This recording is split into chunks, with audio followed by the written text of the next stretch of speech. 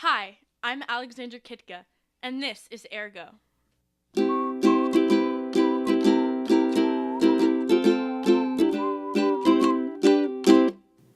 Today I am joined by Evan Walter Clark Spotte-Smith, an undergraduate student at Columbia University and the co-president of Columbia University's Engineers Without Borders. Hello, Evan. Hello, Alexandra. Today we are going to be speaking about service. What does it mean to help people? What should be our goals and motives in serving others? Is it really the thought that counts, or is it our responsibility to make it right if our efforts fail? I'd like to start just by asking a little bit about your experience with service and service projects of that sort. Yeah, so like most young people, I started from kind of a negative angle where I was pushed into service by my school and by my mom, by my parents. And so the things I did at first were not, in my opinion, very meaningful or significant. So I would, on Thanksgiving, we would go to a food pantry and we would help people there when we would, deliver goods to people who were lacking in food. Later on, I more consistently volunteered as a docent at the Smithsonian and at the National Aquarium, which were things that I enjoyed. So that was better. I was more engaged. I found more significant, in my opinion, more significant ways and more fulfilling ways to serve once I got to college, when I was, I had more time and I was able to do things on a larger scale. As you mentioned, I'm heavily involved with Engineers Without Borders, which is a wonderful non-governmental organization. And with that, I actually work with communities in Uganda, in eastern Uganda. We just finished a project where we created an agricultural processing equipment, and we connected that to diesel engines so people can now, hull their corn and they can polish their rice and they can mill their cassava much easier. It saves a lot of time for the women in the communities especially. And now that we've finished that project, we're starting a new project where we're going to be creating a solar microgrid in a community in eastern Uganda called Orungo. I think that's very interesting because I'm someone who's also been involved in a lot of service projects. Most of the projects that I've been involved with stem from my youth group. We go to the Bowery Mission a lot, which is a soup kitchen in the Lower East Side. I actually, during the summer, went on a trip to Haiti with a group of doctors, and we helped get medicine to people who needed it, and we did a lot of construction work there. But something that really stood out in what you just said was the fact that you kind of started to enjoy service more once you got older, once you were in college. And I'm wondering, do you think that that's connected to the fact that, yes, you're still helping people, but you're doing it in a field that you enjoy? You are studying engineering, right? Yeah, I'm a material scientist by trade, and I think you sort of hit the nail on the head, right? So there was two things going on. There was the fact that I went from being told that I needed to do some volunteering or I needed to do some service to choosing to do so, right? I elected to join Engineers Without Borders as a club. I decided to start teaching in Brooklyn, which is another thing that I do. And then the other thing is I am now serving in ways that do mean something for me, right? So I am highly involved in Model United Nations, so that's what I teach. That's something that I enjoy teaching. And I am an engineer. I enjoy solving problems outside of the classroom. That's what I get to do with Engineers Without Borders.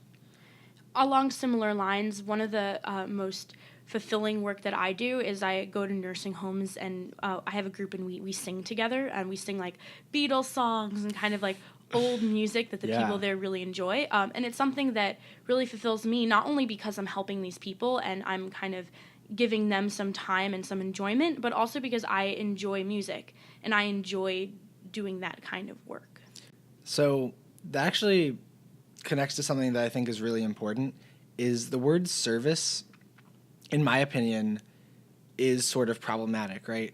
So what you just said, in the purest sense, is not service, right? Because you're saying that you get something out of what you're doing. And a lot of people, when you think of service, it's sacrificing and giving something to other people. Do you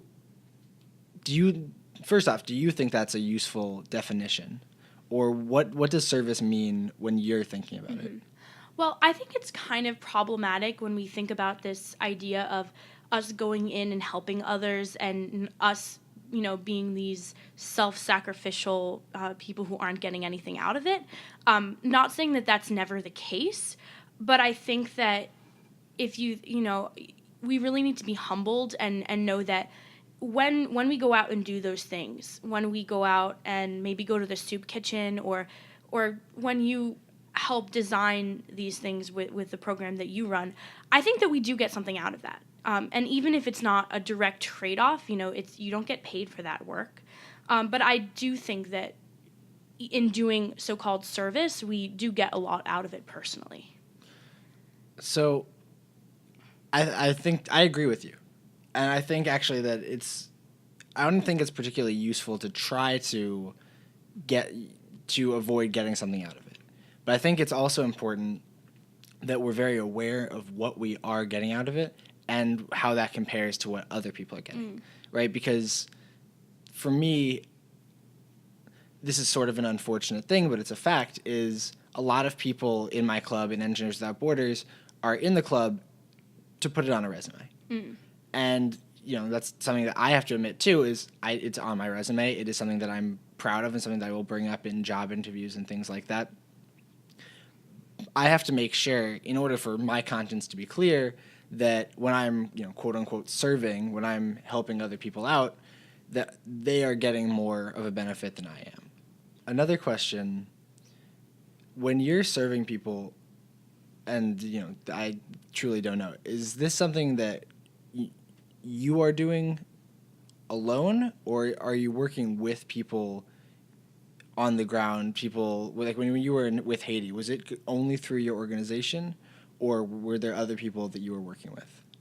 So when I went to Haiti, we had a team of doctors that were from New York City and from Long Island, but we went to a compound in Haiti where there were people on the ground working who were Haitian, people who grew up there, as well as people who came from other places. And so it was kind of twofold. It was an effort to work with the community, but at the same time, there were teenagers on that trip, which kind of brings me to this idea of I don't really think that when teenagers go on international trips, they're not that helpful. I think a lot of times when people go on those kind of trips, they're mostly for them to have this experience, and it doesn't necessarily benefit the people there. However, with that said, I still do think that these trips are important.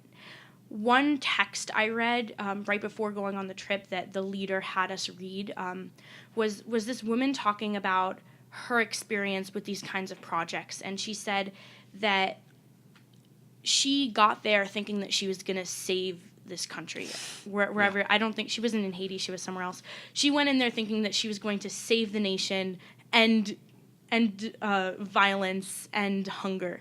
And what she realized is that she was more of a burden to the people there. When she was trying to get the water from the well, it took her a very long time, and finally someone who lived there just came up and helped her and did it in just a few seconds. And she said, in a way, that can be very, that can make you look at service as something that we shouldn't do. We should just kind of stick in our own business. However, I still do think that there's a value, because when I went to Haiti, I learned a lot about how other people live and about the struggles that other people face. I also made some Haitian friends, and we still, even though I'm not there anymore, we do a lot of projects here to raise money for them and to kind of understand what their needs are as a community. Well, so there's a couple things going on there that I want to touch on. And the first is, you're saying this woman wasn't able to, get water from the well. She felt useless. And I think that's not necessarily true, right? It's not that, when Westerners come in, like, we don't know anything, we can't contribute anything, but we can't contribute everything. So, for instance, in my experience, I know nothing about, this local culture, I speak like 5 words of the local language. So in terms of communication, we really need our external partners. In terms of knowing how the local economy works, we need to talk to the people that are on the ground. But in terms of actually building an engine or designing our solar grid, that's something that we can contribute. So it's it's not that the people are a burden. It's that when you're serving, you should be contributing in the way that you can contribute, right? Comparative advantage or whatever. Mm-hmm. Another thing is you said that teenagers, when they usually go on these trips and travel, they're not able to contribute much, but they're able to learn a lot. And I would challenge that style of trip. I agree with you that there's a lot of value in learning. I would agree with you that going to a foreign country and experiencing a culture can be extremely valuable. I think that's one of the most valuable experiences that I've ever gained. But those kinds of trips shouldn't be marketed as service, because you're right, that's not what they're doing. Those people are not contributing a lot. Those trips should be just marketed, and the people going on them should understand that they're going for educational purposes. Because there is inherent value in that, outside of attempting to do something that you're not prepared for. The objection I have to that is kind of twofold. First being that there were a team of doctors with us, and the teenagers. We had a group of teenagers, and I think that if you comparatively speaking, the doctors did a lot more than the teenagers. But those kids, those students there were still very much a part of that trip. They did a lot of the more quote unquote busy work in terms of learning how to write the prescriptions in Creole, the native language there. We did some like painting work and community building for a school that organization built there. I do think though that it is really important for students going on that kind of trip to understand what exactly their role is and what exactly they can do for that community. So first, I just want to say that I wasn't speaking about your experience specifically, but more about, what you said, like trips where the students go and really don't contribute much. Something that in development sometimes we call it voluntourism. I think as long as you are contributing in some way, whether it is painting or helping with construction or labor or helping write prescriptions, serving kind of as a nurse, I think that is wonderful, and I think you should go and help in the capacity that you can. But I've also heard of so many cases where people think they're doing a great thing, whether it's on a mission or on a school trip or through an NGO like EWB, and in the end they either can't do anything or they actually hurt the situation more by what they're doing. One thing I want to touch on is the idea of indirect versus direct service, meaning physically going somewhere and doing some sort of work versus raising money so that other people can do that work. Do you think that one is more significant or more ethical than the other? Well, the ethics are complicated. It's definitely case by case, and it's definitely situational. I think throwing money at a cause can be unethical if you don't know where that money is going. I'm not going to name names, but there are a lot of charities that either do negative work and work that I personally find reprehensible, and also charities that just don't put their money where they claim to, where a lot of it goes to administrative costs instead of actually affecting the people that they're supposed to be. So the ethics really depend on where the money is going or where you're serving. But in terms of effectiveness, or is one better, again, I think that depends on what you're able to bring to the table. I actually recently was approached by a group of high schoolers who really wanted to get involved with Engineers Without Borders, and they wanted to be a partner with us. They wanted us to give them work for them to do, and unfortunately I had to tell them that we couldn't use them. It's already sort of, we're already pushing it when you have college students that are doing the work where we don't have engineering degrees, but we're taking these classes and we have professional mentors. A high schooler cannot design a bridge. A high schooler cannot design a water system, and that's not because they don't have the skills or the intelligence. It's because they're ultimately going to be responsible for that, and if they're not even a legal adult, that's a really difficult thing. So if you're able to, I think you should be directly doing the work, and if you're able to do it well. But there are certainly cases where you just can't, and in that case, please give money or give material goods. And actually, that's something, that every organization needs, right? For every 5 people that we send to Uganda or Morocco or Ghana or any other country, flights cost $1,200, $1,500 a ticket. You also have to buy materials. If someone could give me $10,000 worth of solar panels and batteries right now, I'd be the happiest man in the world. I don't need you to come on my trip with me, but please give me those solar panels. One danger, though, I think in just giving money is that it's easy to give money. If you have the money and you can give that money away, I think there's a danger in just giving that money blindly, as you said, without knowing where it's going to go. But there are a lot of systems in place with a lot of different organizations where you can actually see directly where your money is going. For example, I had a party where a bunch of my friends, we raised money for this girl that I sponsor in Sierra Leone, and we bought her a birthday present. We picked out from a catalog a very specific thing we wanted to send this girl, and we were able to directly give that money to something that we would later get a photo of in the mail. And it's definitely important to invest money and to give money to these programs and to these organizations that are going out there and doing these things. But is that itself service?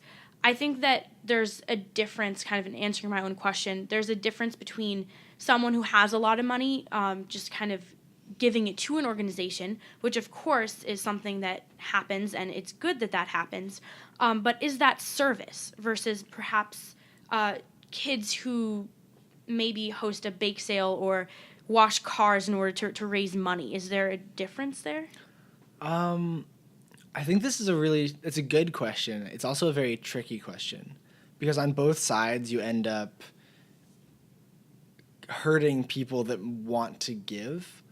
If you say that giving money isn't service, you're sort of glorifying labor and glorifying like the dirty work, and you're pushing people away for whom the greatest contribution they can give is monetary or is material, which again, money and materials are so needed that you don't want to do that. You don't want to push those people away. At the same time, if you say that it is service, you kind of, for people who could do both, who could give money or who could contribute more directly, you're kind of giving them, in some ways, an easy way out, and you're also like bringing class into the equation where some people can, quote unquote, give more by virtue of having more money, which obviously doesn't sit right with me. I believe in a world where everyone giving, as much as they can is ideal. I don't believe that if I've got $1 million and you can give 1,000, that I'm a better, public servant than you. I think it's definitely situational. Something that you mentioned in the beginning when you were talking about what service is the idea of sacrifice.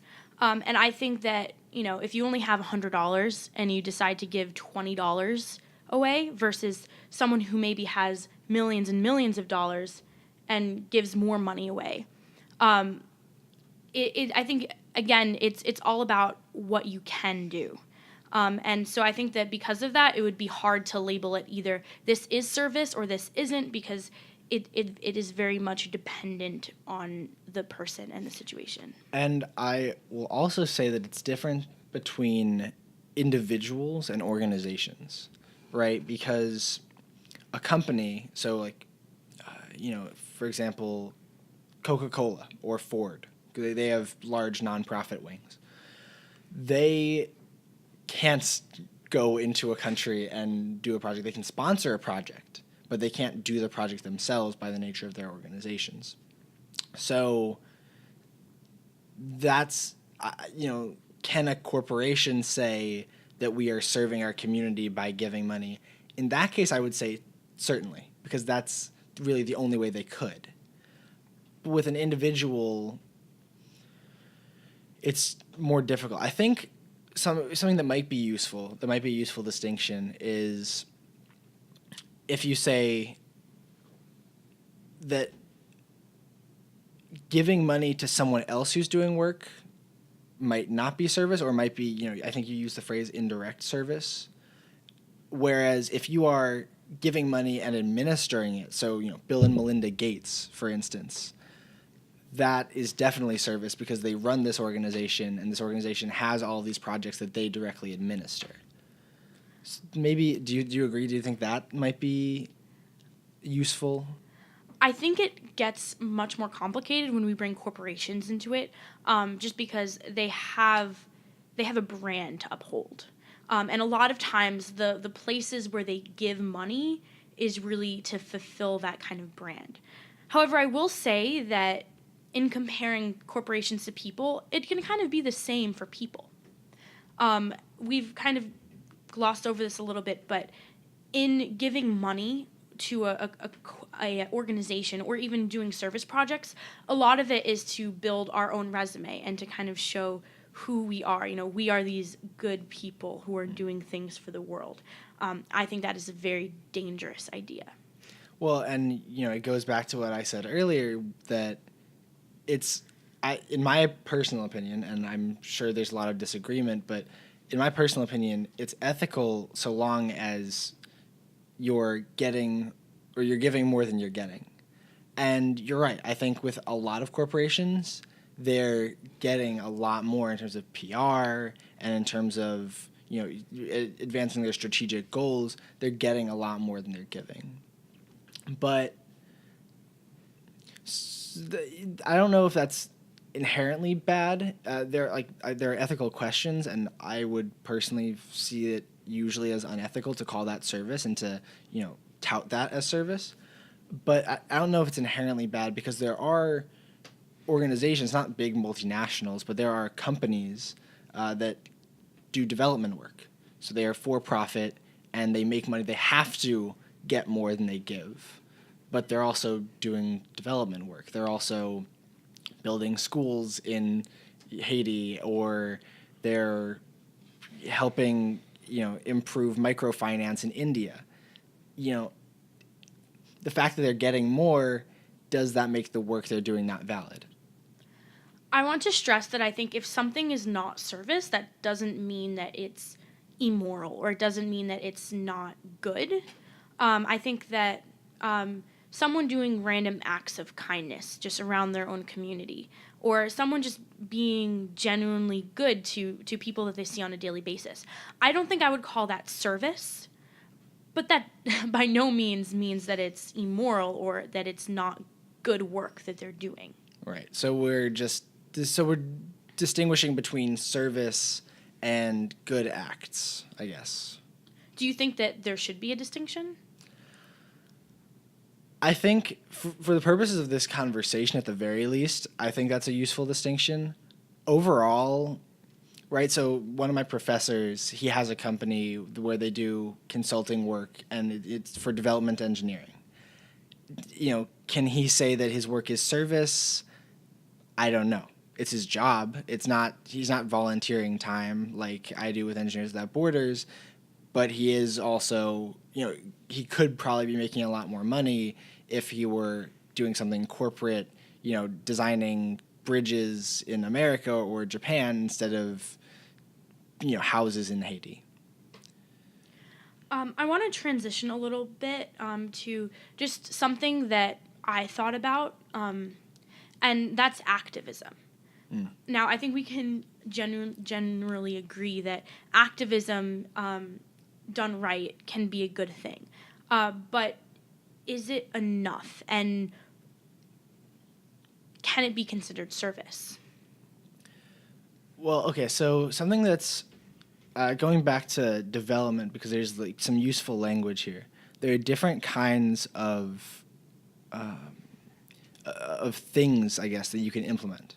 It can be a product, something that you're designing and build and bringing into, the world, and it's sort of site independent, and it can be, thrown anywhere. Something like a smartphone app.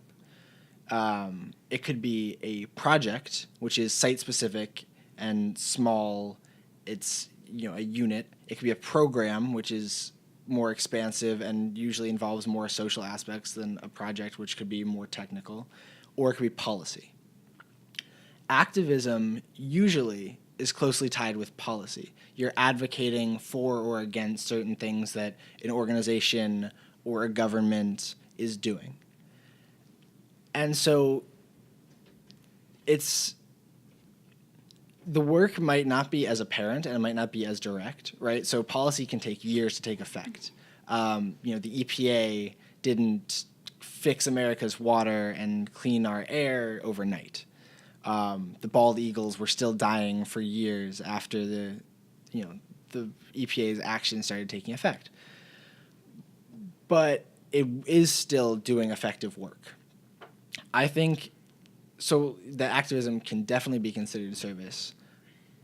But, and this is something that's true with all kinds of service, accountability and monitoring the impact of your work is really important. Because I can build 1 million schools, but if no one goes to those schools, or if those schools don't improve literacy, or if they're not effective, then my service wasn't really impactful and it wasn't really useful. And it's the same thing with activism. If you are able to change policy, for instance, the passage of the Americans with Disabilities Act was a great, success for activism. And the current work that's being done and that has been done for decades to try to get the Equal Rights Amendment passed, that's those are great successes in activism every time they get another state to ratify it. But if your activism is just shouting into a crowd and not getting anything out of it, then I would question someone who calls that service. One thing that I think really complicates the idea of activism, and you've kind of touched on this, is the idea of long-term versus short-term. If activism is your job and you're doing it in the full time, I think that there's a lot more room for achieving these policies or achieving whatever your goals are. However, in the short term, if there's a student who is doing activism, I think that there's, first of all, less accountability in that case, as you mentioned. But it's also a little bit unclear whether that actually is making an impact. But I think that this doesn't only have to be about activism. Just the idea of short-term service versus long-term service. What do you think? Yeah, that's actually something that's very relevant to the work I do, because I run a student organization. So at the very best, we have turnover every 4 years. No one sticks around really more than 4 years, and a lot of times it's a lot less than that. But I don't think it provides challenges for meaningful service, but I don't think it prevents it. So something that I've had to deal with actually is, I became a leader of this organization in December. I'm having to deal with decisions that were made 3, 4, 5 years ago. Some of those decisions weren't very great. Most people in the organization don't remember them being made or don't remember why they were made. And so there's, trying to maintain order and trying to maintain like a coherent movement, a coherent message. That's really tough. But, even if someone is doing impactful work for 6 months, I would much rather have that than have them not do that impactful work at all, right? I don't want to push people away just because they can't stick around for 10 years. And I think, you and the service that you do and have done kind of proves that, right? Those doctors aren't going to be in Haiti for 5 years. They're coming for a short period of time, but they're providing a positive service, and then they might leave and they might come back. I would like to add that I think that in you particularly talking about your organization, there's turnover every 4 years or so often, but the organization, it has remained. And I think that that's something that's very important in terms of the actual people who might be doing that work may change over time, but there is some commitment to those projects and to that type of work happening in the long term. And that's actually, you bring up a really important point. Something that I've really embraced about what my organization does and what Engineers Without Borders generally does is we do have a commitment. When an EWB chapter signs on to work with the community, they are guaranteeing that they will see through the implementation, and they're guaranteeing that they will monitor that for at least 5 years. I believe 5 years.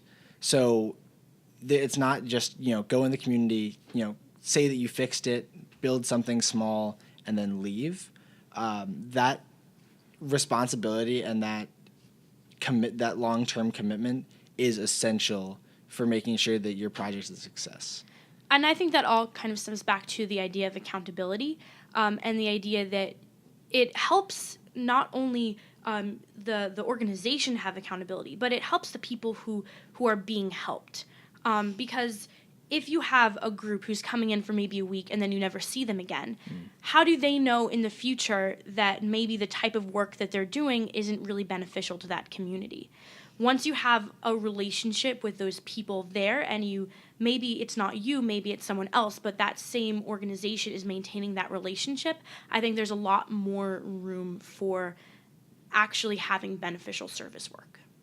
No, absolutely. And it's something that's really difficult to do correctly, but getting that feedback and getting evaluating your work again is something that can be so powerful, and something I like to say that I'm constantly trying to learn and I'm constantly trying to be better, and that includes with my activist work and with my service work. If I don't know how my project has failed, if I don't know how my work as a leader in this organization, how I've failed, then I can't do better.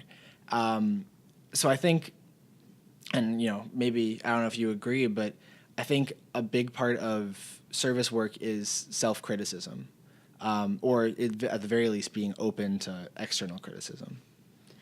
I definitely agree. I think it kind of goes back to what we were talking about earlier about the dangers of being a burden to that community instead of actually helping, or helping yourself more than helping those people.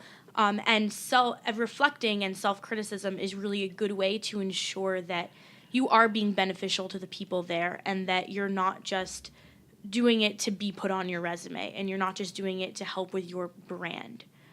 Yeah, and the tricky thing is that takes time, because you won't know the impact immediately after you're done. You'll have to, and you might not even know the impact in your tenure at your NGO or at your company or whatever.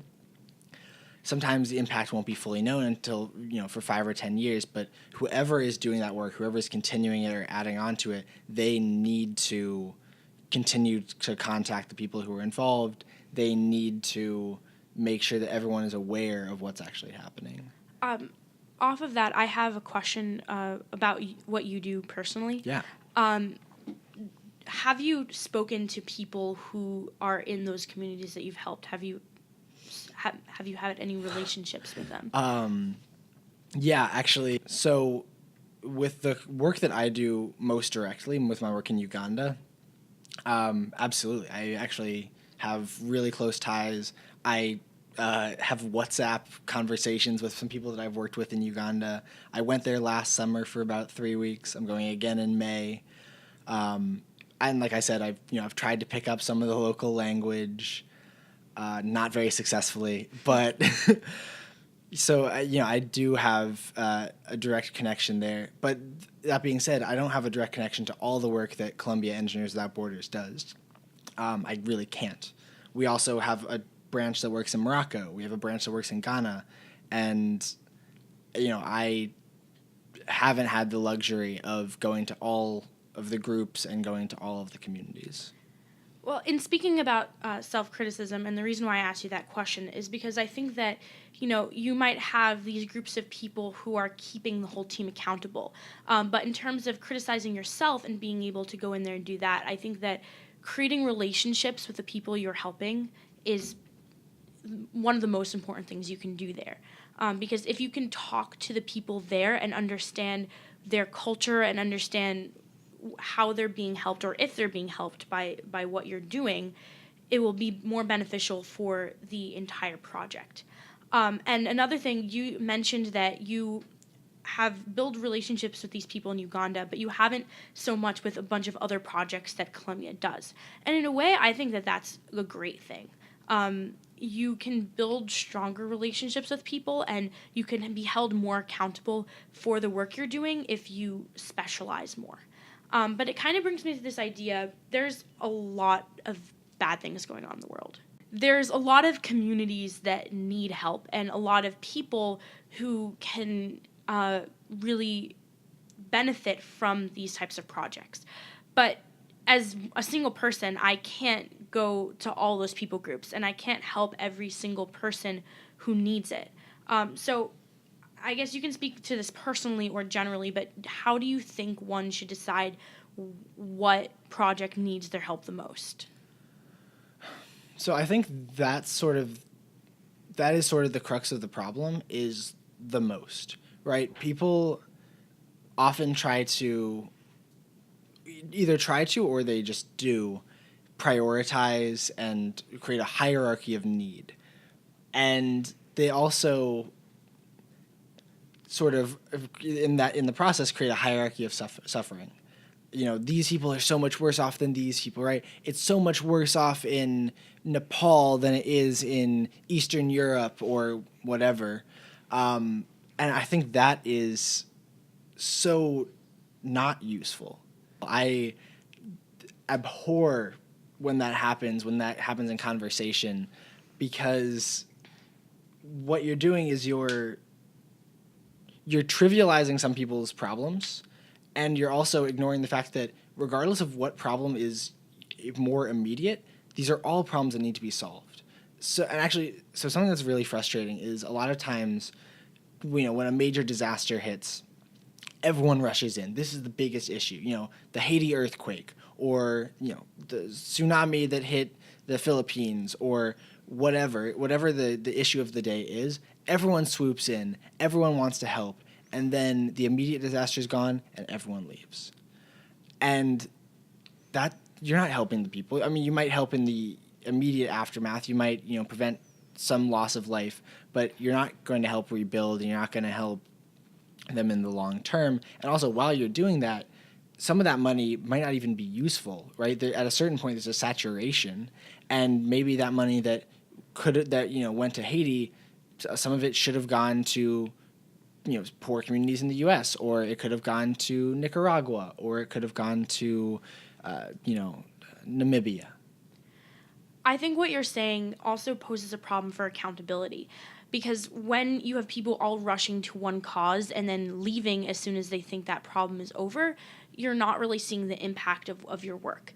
When I was in Haiti, I was talking to the locals about what happened after the earthquake. And what most of them said was that a lot of people came, and in the short term, those people helped because they provided them with resources that they needed at that time. But as soon as they left, they suffered a lot with their economy because all those people were coming in and pouring resources into things that their locals could have done, or into projects that didn't really need attention at that time. But going back to the question, which was, how do we pick our causes? I think that it also goes back to what we were talking about before when we were talking about weighing what you get out of it and what people get out of it. Because as I said, I sing in a nursing home for those people there. And I chose that because I love singing. And because I have a grandmother who lives in Florida who I don't really see very often. And so it was beneficial for me to kind of use my energy in that particular place. Yeah. So first, great point about not about local capacity. So much of what we think of as like charity work is going in, like external actors going in and trying to fix something. And a lot of times the local actors with a little bit of support, with a little bit of money or training can just do it better, and it'll help the community more in the long run. But also, yes, in terms of selecting your causes, it should absolutely be something that you can do well. I mean, don't like I feel like a broken record, but like don't do something or don't try to do something that you can't do. And then because I think we've come to the agreement that there's not really any utility in trying to be altruistic, that you're going to get something out of it and you should just be aware of it. Then absolutely pick your projects that you will get something meaningful out of, whether it's connections or whether it's experience in the field. I mean, a lot of the people I work with, they're civil engineers or they're environmental engineers who are, they wouldn't get a chance to design a bridge if they were not in Engineers Without Borders. So that's why they do what they do. Yeah. I want to shift our focus to not only talking about making these decisions on a personal level, but also in terms of a national or global scale. There's a lot of talk about the idea of America first, and we need to help our own people. And of course, there are a lot of projects in America or wherever you live that need help. There are, communities of the homeless and people who need help locally. But to what extent do you think that we should focus our efforts on where we live as opposed to maybe globally? So this is something that when I said that it's not useful to compare suffering, that's across the board. And people often say, on the other end of that, right? You're saying, oh, well, some people are saying America first. On the other end of that, there are people saying, why are we funneling so much money into XYZ problem in America when people in XYZ country have it so much worse? The truth is there are problems in both places. There are problems across the world. And if you feel strongly that your local community needs help, you should give that help. But, I mean, for me, I'm from the suburbs of Maryland. We're doing okay for the most part. I feel that my time and effort is much better spent working with people in eastern Uganda than if I was trying to revolutionize Columbia, Maryland. I heard someone saying that, well, in thinking about this, you shouldn't help other people at the expense of those around you. But and the idea is that if there are these projects going on globally, but there are also things that need help right here, you should focus on the local first. I want to know what you think about this, but first I just want to say that I disagree with this. I think that we talked about choosing what areas to work in, and weighing, is one need more important than the other. And I think that what this says about that, the idea that helping others would be at the expense of your neighbor is kind of ridiculous. If you help someone in Uganda, you're not taking away help from someone next door.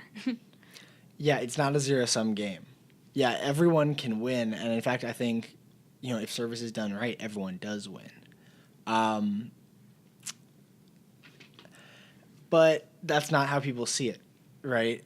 A lot of, and we haven't used this word, but I think what we're kind of circling around is the idea of nationalism, or should it be, make America great again, or should it be make the world great? I personally am an anti-nationalist.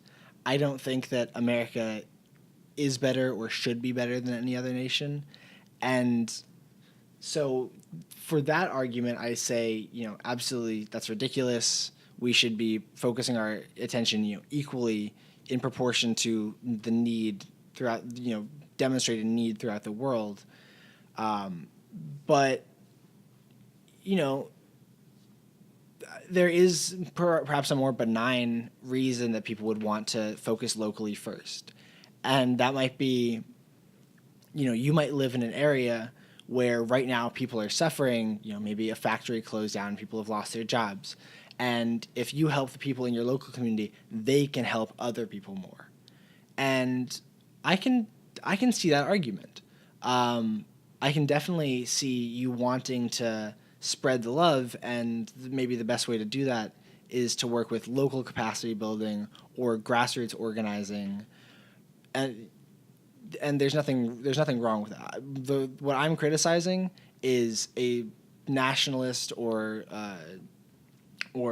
some kind of preferential or prejudiced way of looking at service, and looking at it as a zero-sum game. I'm not criticizing people for wanting to help their communities, because I think every community needs some help.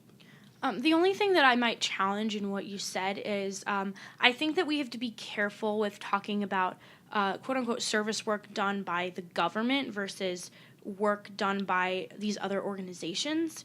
I think that the government does fund a lot of these projects, and they do give money.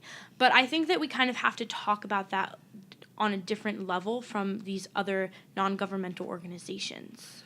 Yeah, so I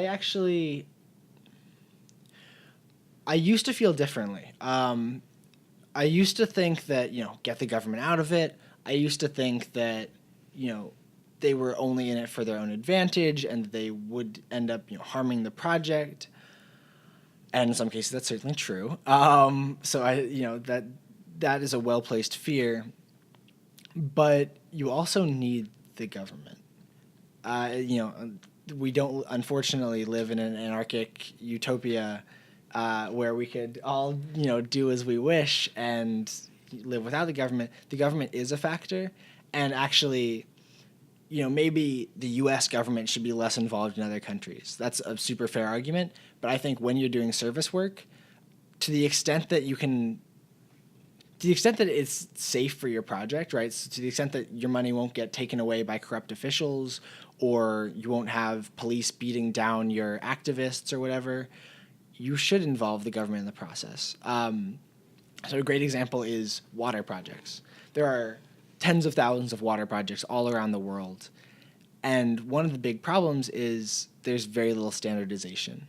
Well, most countries, and even most rural, local areas, have water offices that might have a code, and they might have more data, and they might have better information than you.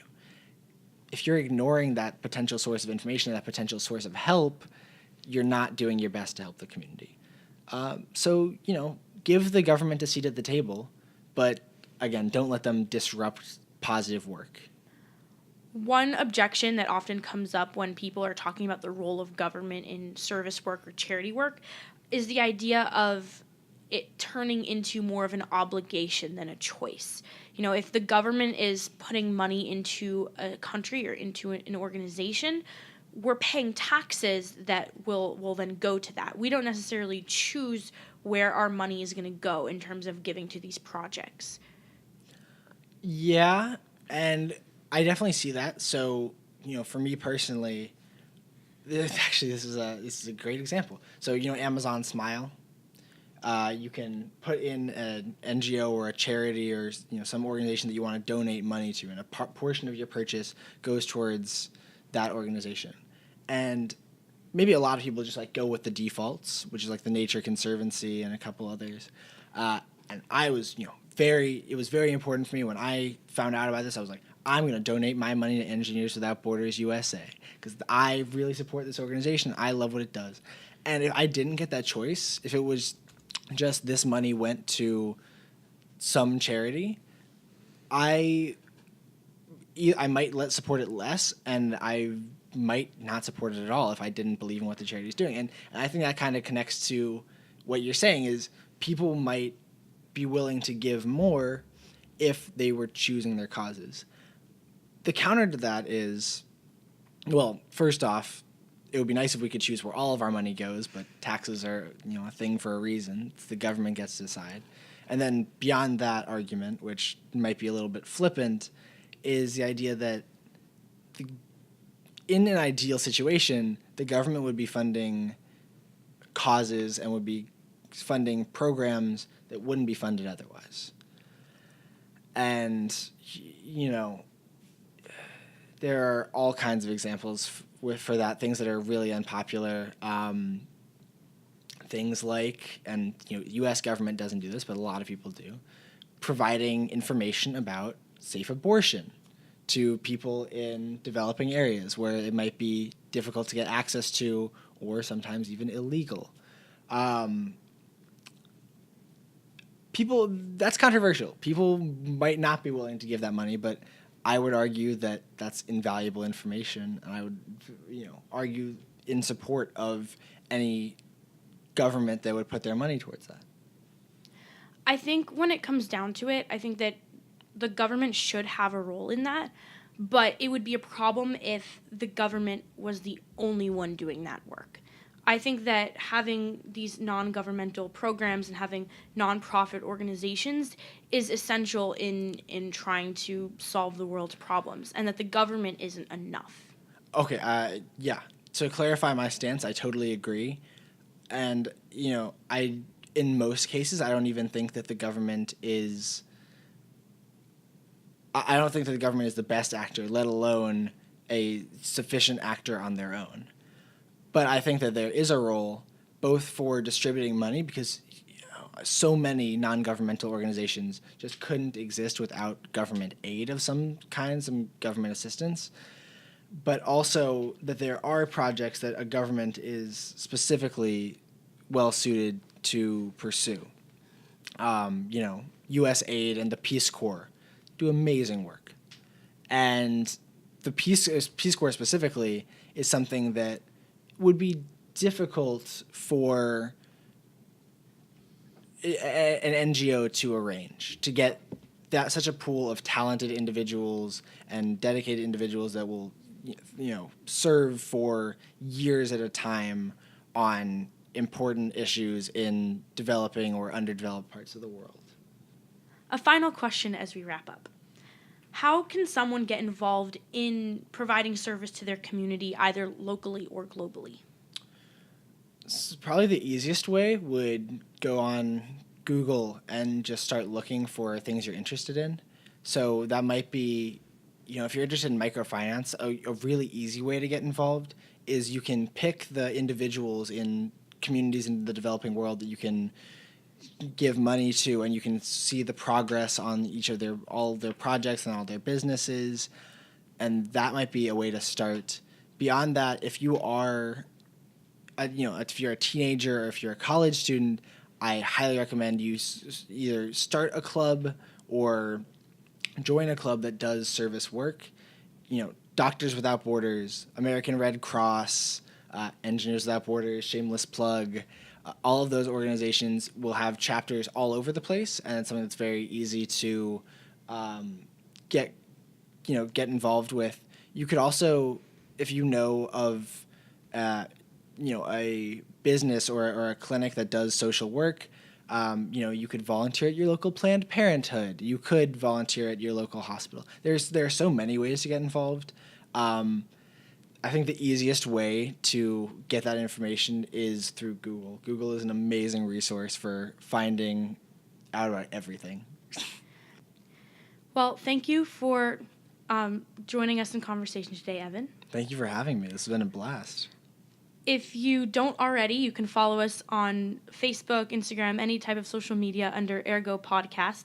You can also visit my website at alexandrakytka.com. That's alexandrakytka.com. Also, if you are interested in the work that Evan does, I'm sure that there's some way that you can give money to that. Yeah, absolutely. So I'm traveling with a team of 5 in May, and you can donate to our GoFundMe. It's gofundme.com/CUEWB dash solar dash microgrid MICROGRID dash IN dash Uganda. Well, thank you so much for that. Have a good day. Thank you so much.